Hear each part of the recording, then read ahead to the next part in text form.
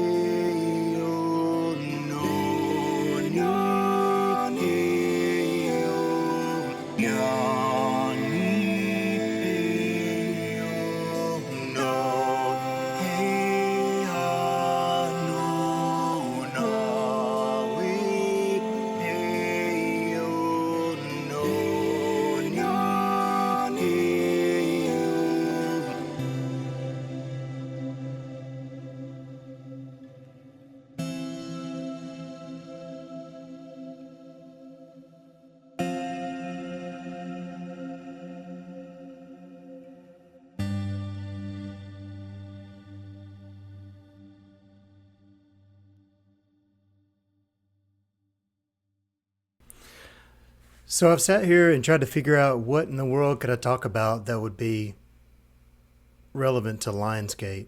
And there's a lot of meanings for it. There's astrological configurations that define what Lionsgate is. There's spiritual interpretations, as many spiritual interpretations as there are spirits on the earth. So you come upon a place in your life many times, and it can usually just be like every day, it seems like. There's always some kind of next thing that you're about to go through. And there's always a challenge that can be in your day-to-day task, and what you do with it is kind of what really makes who you are over time. And so there's certain things that you can do with the things that happen to you. So you can take it as a negative, and you can stay with that, hold on to it. Or you can take it as a positive, and you can look and see what the lesson is about. You can look and see how you can use what you've been through for better, for the next time, for someone else. And that's really what we're called to do, I think, is just to be love. Love yourself through it. See the positive part of it. See the lesson. Let the negative go. Thank the negative, actually, because it helped you understand, hey, there's something here that's important that I need to look at. There's something important that is trying to be told to me right now. And when we look at a lion's gate, or any gate for that matter, you're on one side of it, and then after you're on the other side of it. So from moment to moment, you're deciding whether I'm going to take what serves, or I'm going to take what serves and what doesn't serve, and maybe I'll deal with it later. But a gate can keep things back. You walk through and you leave the other things behind you. That's really what we're doing. There's a lot of things that you can carry around. You can carry around stress. You can carry around old baggage of relationships and unforgiveness, and you can hold grudges, and you can hold on to all of those different things. But what you can really do when it comes to this kind of gate is you can take all that doesn't serve and leave it behind. And that's what I hope that you'll do. That's what I try to do. That's what I want to do, is leave all those things that don't serve, but I will take all of the things that do. And sometimes that may look like the memory of something that was negative. Of course, it may look like that. But just flip it around and say, hey, that negative thing happened to me, so now I know what I don't prefer anymore. And take that. Leave the rest. It's in the past. There's no reason to hold on to it, because the only thing that you do is you bring the things that don't serve you into the present moment. And this is where we are. We live here in the present moment. And definitely don't project it into the future and have something to stress about. So you really only have the present moment. So going through a gate is about acknowledging where you have been, taking all that serves you, bring that into the present moment, and purge the rest. The light load that you have after that, moving into the future, is the gift. That's the gift on the other side of the gate. You bring more wisdom. You bring more compassion for others. You've been through it yourself, so now you can, I see somebody else going through that. Well, now I can love them more. I can give them more compassion. I can give more grace, which is infinite, by the way, completely infinite. There is no limit to God's grace for you. And whenever you feel like you can't give anymore, well, just remember, God's grace, His love flows through you. You're a point of love. You're a point of light. You're a perspective of the Creator. And so, getting back to the Lion's Gate, we have come upon a time in humanity, collectively, where we're going to do exactly this. We're going to do a review. We're going to see what everything that we need to take and everything that we don't. And we move through We move through the gate in a way that serves all. We move through the gate in a way that serves our individual paths and the ones around us that we love and the ones that will come way, way, way after us, which are many. And so, as you move through this Lion's Gate, and as you are evaluating what to take, what serves and what doesn't, just know that it's really easy to figure out which thing to take. Because if it's light and it brings you joy and it brings you peace and it brings you all of the vibrations that are high, passion, those are the things that you want to take. If it brings you fear, anger, frustration, low vibration, leave it. And then transmute it. Feel why you're angry. Feel why you are frustrated. Feel why you have any negative emotion, because it's trying to tell you something. It just wants to be seen. It just wants to be known. And as soon as you see it for what it's trying to tell you, you can integrate it. That's what we call shadow integration. So don't dismiss it. Don't tuck it down and save it for later. Feel it 100% all the way through. That's the key. You don't have to act on it. You don't have to react to it. You don't have to react in it. Just allow the feeling to come. Investigate. What is it trying to teach me? What is it trying to let me know? What am I trying to learn from this? How can I flip this around for a positive? How can I use this as a way of understanding something that I don't prefer? And let it be that. Take the lesson. Put that one in your backpack. We're going through the gate with a backpack of love, peace, joy, loving kindness, compassion, wisdom gained from any other low vibration, neutrality, loving kindness. These things are what we take through the gate. The Creator loves you. There are many that love you, more than you could possibly ever know. We come into this lifetime and we're babies and we forget, but I want everyone to know that you are loved. To the deepest extent that could be possible, because everything is love. The Creator creates everything from love. You could be nothing other. You are a child of Him. And it doesn't matter if you forgot, because all of us to some degree forgot. We can't hold how much of the knowledge that we are in this human experience. Doesn't make sense. The reason that we're here is so that we can forget and we can experience limitation. And we can be in an experience that helps us to learn in all of the ways that we can and help others to learn. It's a co-creation.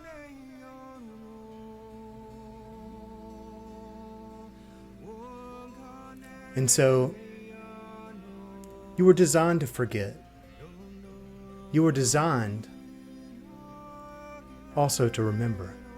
A slow remembering, seeking your way back to the Father, back to the Creator, seeking your way back to the knowledge that you've always had, that you regain after every incarnation, every single one of them.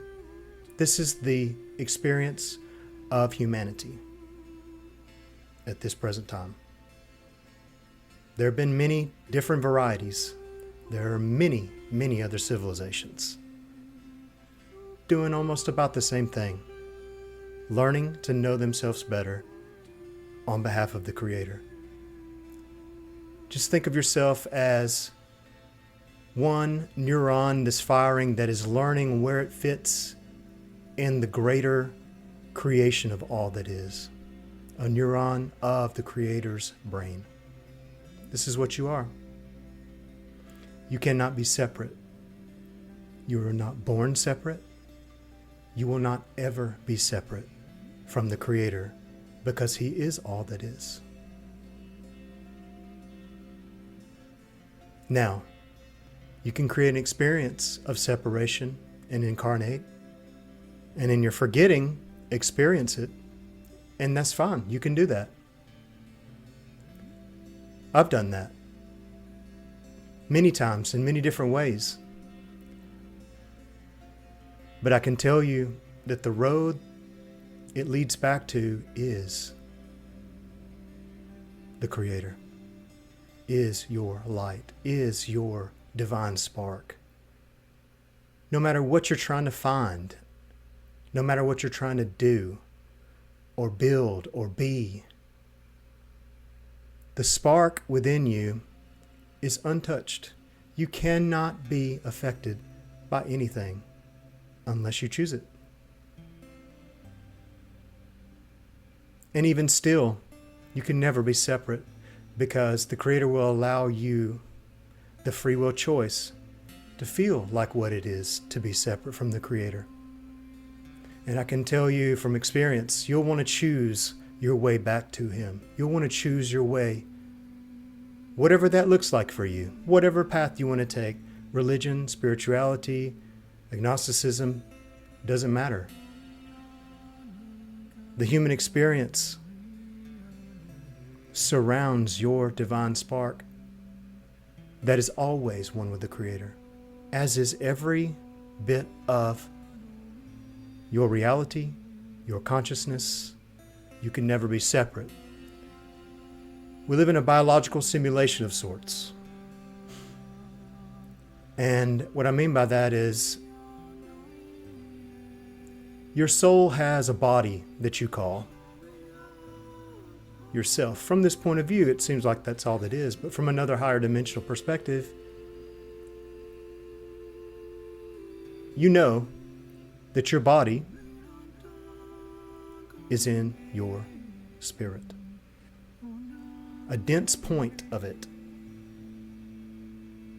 with a veiled consciousness, so that you can experience things that you have not known or seen before, or help others experience what they've not known or seen before. All of it matters. Every bit of it matters, even if you don't think it does. And you planned every bit of it, even if you don't think that you did, or can't believe that you would have. You did.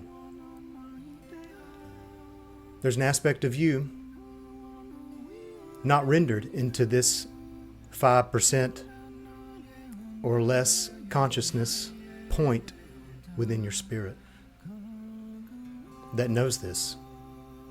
And we call it your higher self. We all have one. And we're all connected. Every higher self is connected to an oversoul.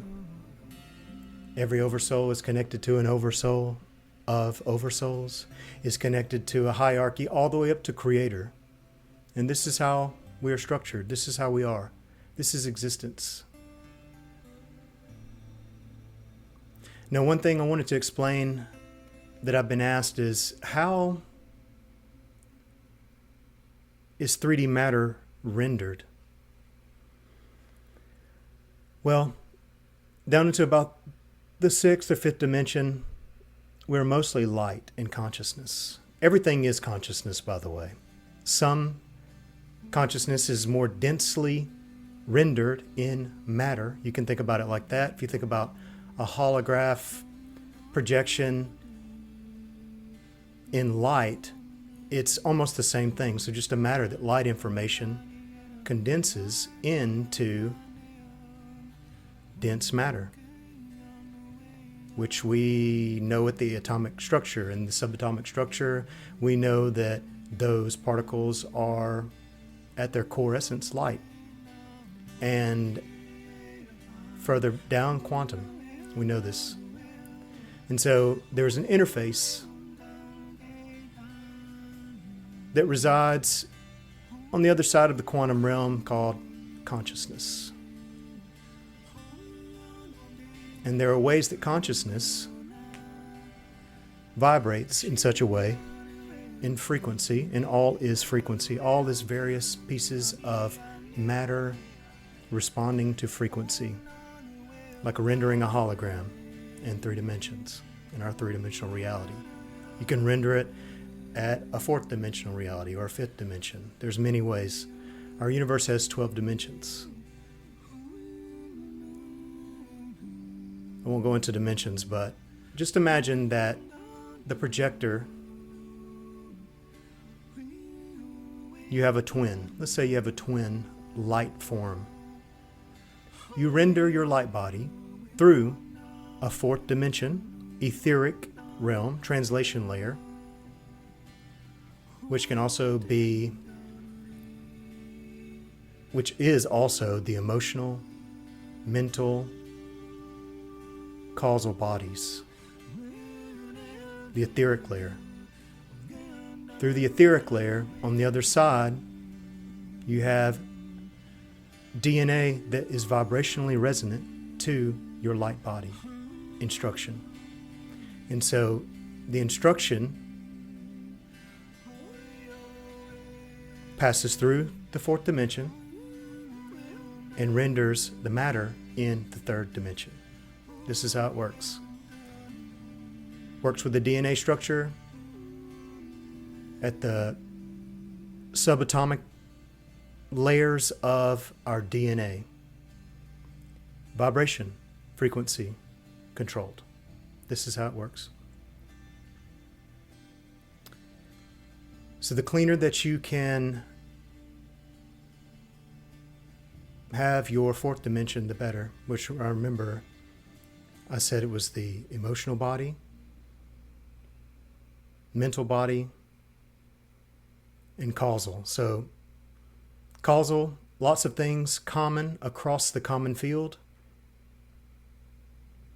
The collective consciousness, this is why our collective consciousness affects us all, even if we don't realize it, all over the world. And then we have our individual aspects, our emotional and mental bodies. So your mind, the clearer your mind can be, the brighter the light signal can come from the 5th dimension through. The clearer that the causal body is, the collective consciousness is, the brighter the light can come through the 4th dimension to your 3rd dimensional body render. Your emotions, the clearer that your emotional body can be in the 4th dimension, the clearer that your light can shine from your light body, source, who is connected to source. The clearer that signal can be. So in signal processing, we can call things refraction or dissonance or whatever you want to call it. But if the signal comes through clear, then that means 100% of your light quotient from your light body is making it through to render into your 3rd dimensional experience. That's what we're aiming for, y'all. That's what we're trying to get to. And so it turns out that there's nothing that you need to do to increase your light quotient. What you mostly have to do is to learn to get out of the way. The collective consciousness, of course, we have to worry about that. You know, there's not much that we can do except our part in that one. But your mental and your emotional bodies, that's for you. It's up to you to figure out how to clear your mental and emotional body so that the component of distortion and reflection and refraction that occurs in the fourth dimension can get out of the way, so that your body, which by the way, your body renders perfectly in accordance to the instructions that it receives, which is like 5 to 10% at the moment, sitting on this side of the Lion's Gate, perhaps. Lots of things are being done to clear out things in the astral. Lots of things have already been done. But now it's time to work on your part, to work on clearing your emotional body, your mental body, shadow integration. These kind of things are what is the task at hand. And this is what we call ascension. And essentially, ascension is learning to get out of the way so that your signal can shine all the way through. Why does it bring healing? Well, your original light signal is coming through without any kind of distortion. What is disease? It's distortion of the instruction for some reason, mental, emotional, causal, whatever the reason. So, this is what is happening in the structure of our being. There's many dimensions further up to 12, right? But essentially, you can think of it, your plasma light body has a replica that shines perfectly, a twin of what you are, densified in 3D reality. The only thing that stands in the way of a clean render, which your body will do perfectly, is your emotional health, your mental health, and your spiritual health. Shadow integration.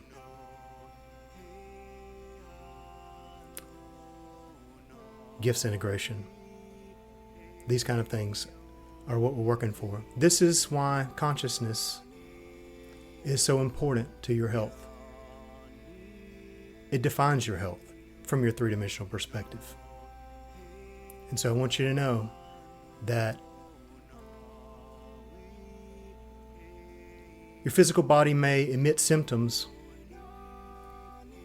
but the root cause is deeper. It has an emotional component, a mental component. And these are things that people have not looked at on this planet as of recent. Things that have not been widely accepted.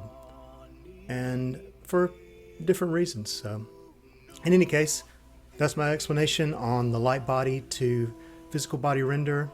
And I hope to have some more informationals like this. And I hope you have a great day. Thank you.